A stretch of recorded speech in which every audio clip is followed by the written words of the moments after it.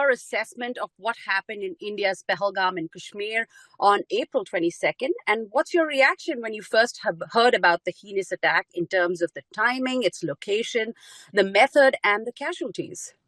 So if you look at the history of Kashmir and what's happened historically, anybody seen the movie Kashmir Files or understands the history of that region.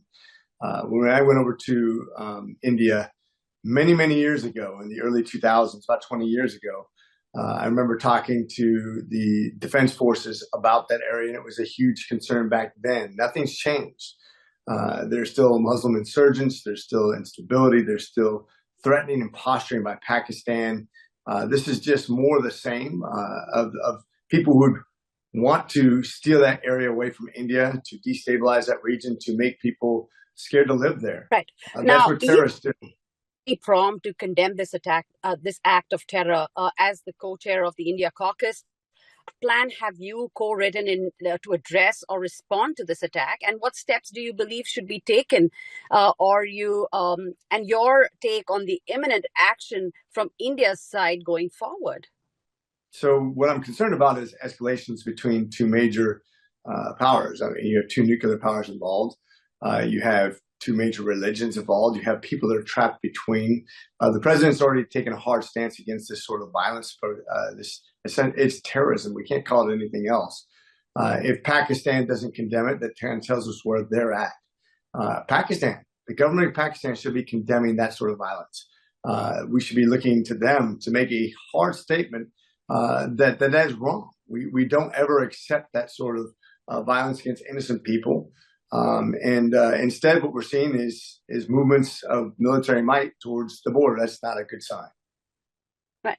Now, in the letter, you did stress about U.S.-India intelligence sharing. You've addressed that to the State Department. Do you believe that U.S.-India security cooperation is much needed at this point in light of these events? I think when it comes to fundamental terrorism, wherever it's in the world, we should be helping people avoid it. Our common enemy are those people who would do harm to innocent people.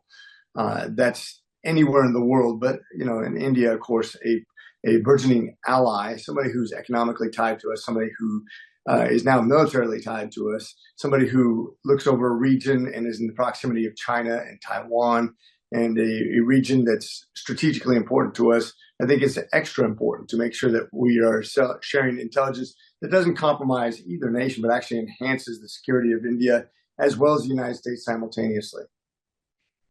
Now, General Asim Munir, the Pakistan's army chief, just days before the attack, made a controversial speech discussing the Hindu-Muslim divisions and describing Kashmir as Pakistan's jugular vein. Do you believe these statements reflect the official position of the Pakistani government, or was General Munir's speech a warning sign? If so, what indicators point to cross-border involvement from the Pakistani side? I think it's inflammatory, at least, to basically involve Kashmir as basically, when you say jugular vein, you're talking about a vascular system to a body. He's basically inferring that Kashmir belongs to Pakistan. That's inflammatory. He didn't condemn the violence. He didn't condemn anything that's happening in an aggressive posture towards Kashmir. I think that should be condemned by his own government. Now, another absurd comment coming in from Pakistan's defense minister. He made a statement after the attacks about that Pakistan has been performing the dirty work of the United States while also denying the existence of Lashkar-e-Toiba in Pakistan. What is your response to these claims? Well, I can't speak to the second so much as the first, but the first one actually makes me angry. Don't tell me that Pakistan is doing anything that's dirty work for the United States. Be specific if you're going to make that sort of assertion. Be very specific and be very careful, because now you're screwing with the United States' intentions. You're telling us that we want Pakistan to do dirty work in India. How dare you? That really upsets me. Don't ever infer that the United States has evil intent in India through Pakistan.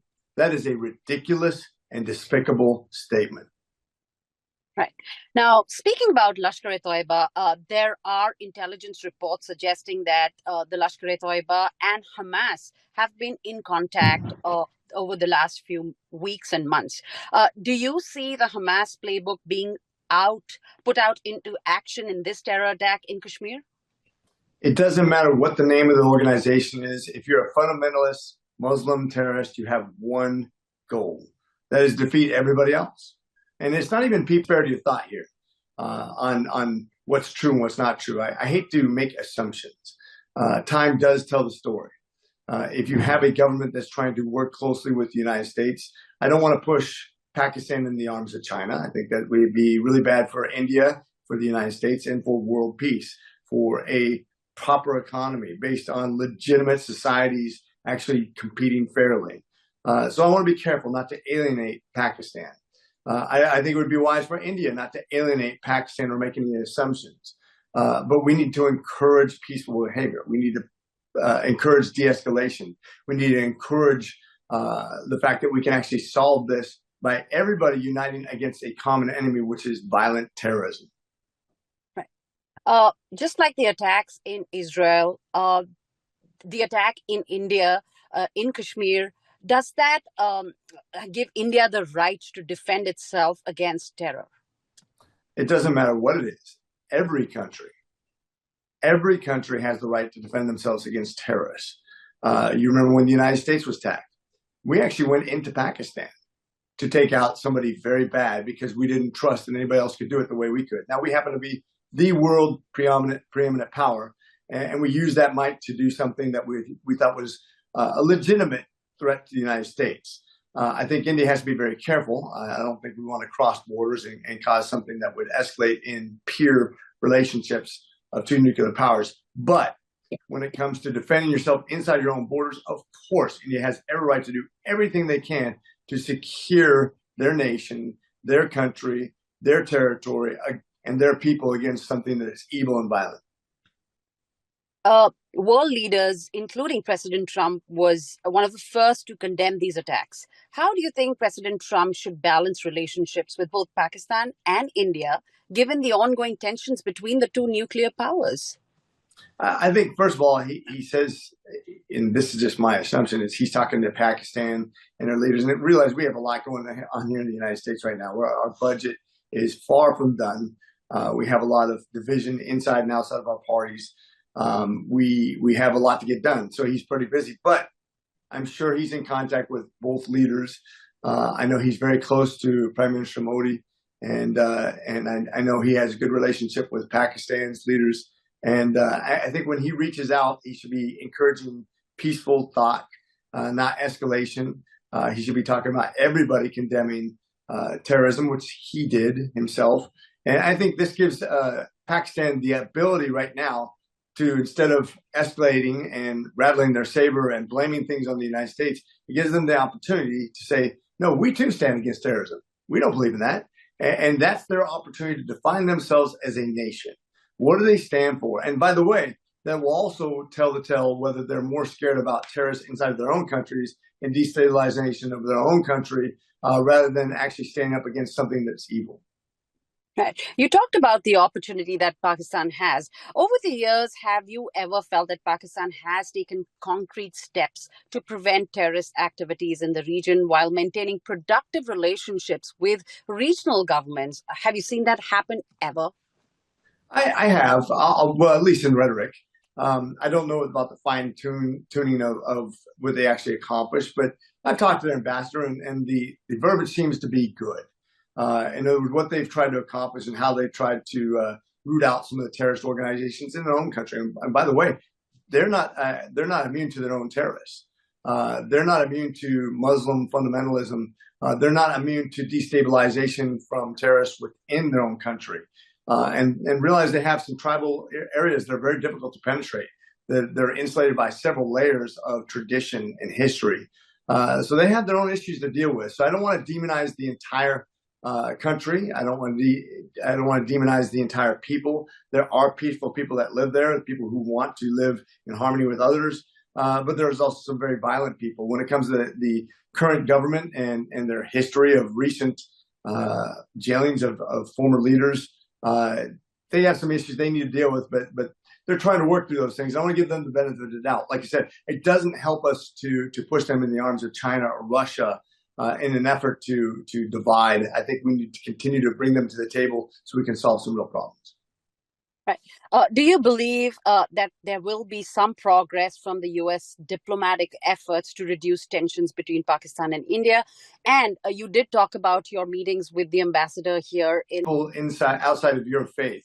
It's people inside your faith, to subdue them, to make sure that your sect of violent Muslim faith rules over other sects of their own faith. This is the problem with that fundamentalist terrorist organization. It doesn't matter if it's Hezbollah, Hamas, the Houthis, it doesn't matter who it is. It's always violence, and they always pick on the most innocent people. They are not people who are good. They don't have a good cause. They think they're godly people. They are evil people. They are serving an evil cause. Everybody who's been born in this world and can grow up without being polluted in that sense understands that this is evil, and there should never be a justification for it. And of course they're going to coordinate with each other, because evil loves evil. Birds of a feather flock together, and these people are all evil. Right. Now, talking about something that has moved India and the people who follow a certain faith, follow Hinduism in India, is that experts are drawing parallels between Lashkar-e-Toiba and Hamas, and their tactic of targeting a specific religion, and this time being the Hindus in India. How do you react to that? They're going to target whoever's in that region that doesn't agree exactly with them. If you're not subdued and submissive to that sect of religion, it doesn't matter what religion you are. You can be Hindu, you can be Christian, you can be a subset of Islam that doesn't agree with them, and they're going to be violent towards you. They're going to kill you if they can. They're going to chase you out if they can. We've seen the same playbook in Africa, in India, and all over the world, wherever they can go, where they can propagate their hateful and dominant message. They're going to do that, and they're going to coordinate with whoever will give them arms. And this is why I say Iran is a major problem, because they harbor the worst of them, and they supply weapons to these folks. Iran is an evil regime that wants to undermine all legitimate governments unless you agree with their subset of Muslim identity. And this is the big problem we face, is that these people are well-funded and well-armed and well-organized, and it starts with basically a theocracy that hates all others. Now, you've seen South Asia for years and decades now. How do you view the regional implications of this attack? What happens next? That's the question. What happens next? That will affect how I view this, because Pakistan has a big choice to make. Are they going to mass their troops to the border and pretend like it's somehow India's fault for reacting to a terrorist attack? Or are they going to say, that should have never happened? How can we help? That will tell us exactly where they're coming from, what their intentions are, what kind of country they are, and how they define themselves going forward. Do you want to be associated with a terrorist cell, or do you want to be associated with a legitimate government that's looking for peaceful solutions between two nuclear powers? Now, could this attack's timing relate to Pakistan's recent removal from the FATF grey list? Do you see any paths crossing here? I'm not sure. I really don't have the inner working of that, and I'm not affiliated with that, so I don't want to comment on something outside of my own purview. But the more they support something that's illegitimate, something that's violent, the tougher it's going to be on them internationally. Is Pakistan using this incident to deflect from, its numerous domestic problems, whether it's the economy, whether it's the disasters there? Are they trying to derail from the actual issues that are in Pakistan? I wouldn't doubt it. I mean, it's hard to say. I hope the government's trying to do a lot of good things, and I try to give people the benefit of the doubt, but time will tell. If you're focused on something that India is doing in reaction to something that was very harmful and violent in their own borders, instead of focusing on the things that they need to correct and their own legitimacy, then that will tell the story. My hope is that they'll get this messaging straight, and that they'll come clean, and they'll make sure that they are on the side of righteousness and defending the innocent and on defined borders, and working things out peacefully. But yes, of course, if you're having problems, governments always try to tend to deflect because that's what governments do. Let's just take you back in time where after Osama bin Laden was found in Pakistan and now this attack, is India's neighbor really returning to its terrorism epicenter reputation, which it has been, doing for so many years now? I hope not. I've talked to their ambassador.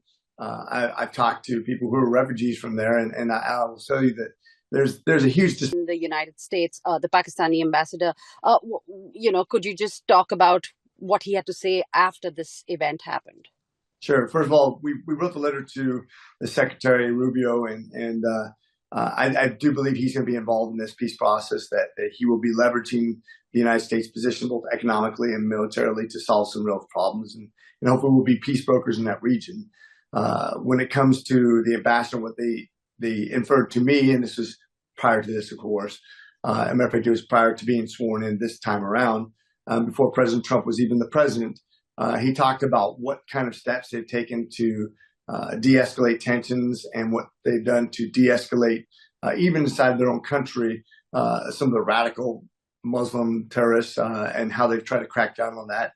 It is a challenging thing for them, because some people, whenever you start to crack down on that, of course, you're going to have people who get angry about it because they're going to think that you're actually turning on your own religion. So they have to be very careful and tread that lightly, but at the same time, they have to take a hard stance against anybody who would do harm to innocent people. And they seem to say the right thing. So I'm hoping that over time they'll get a better control of that sort of those sort of cells that exist in Pakistan historically. I hope they'll do a good job working with the United States, who traditionally we had a pretty good working relationship with them, but they've had a lot of leadership turnover, and time will tell where they're going to go with this. And I think if they start going the wrong way, I think that's when the Secretary of State should really lean on them to do the right things to correct course. All right. Your closing remarks. I think it's really, everybody understands why I'm involved in the India caucus, why I'm co-chair, why India is so important to us as a rising power. In the near future, they'll be the third largest economy in the world, and they'll be growing faster than any other of the large countries in the nation when it comes to an economy. Prime Minister Modi has done a very good job of keeping pace economically, while at the same time expanding the relationships with very important people. I think that they need to be careful about buying Russian oil. I don't think that's a good thing. I'm going to speak very strongly about this because it funds a war against Ukraine. Plain and simple. I'm not going to thank you for that. I'm going to condemn that. I'm going to condemn Europe for buying the oil back. But by and large, we need a strong relationship with Prime Minister Modi, with India, with his people. We have a large Indian constituency that's very successful in the United States, which is only going to continue to grow. As you know, we have 14% Indian diaspora in my district. My son is now engaged to somebody from the diaspora, and really excited to carry on those relationships that I think is going to be essential to stabilizing that region, to Taiwan, to Pakistan, to China. India is 1.47 billion people that will have extreme economic impact on that region, will affect the future technologies, our space exploration, our military expansion, all the things we need to do to keep peace through strength in that region. So I continue to push for those things that make sense, not to ramp up the rhetoric, but to actually ramp up great relationships that benefit all of us into the future.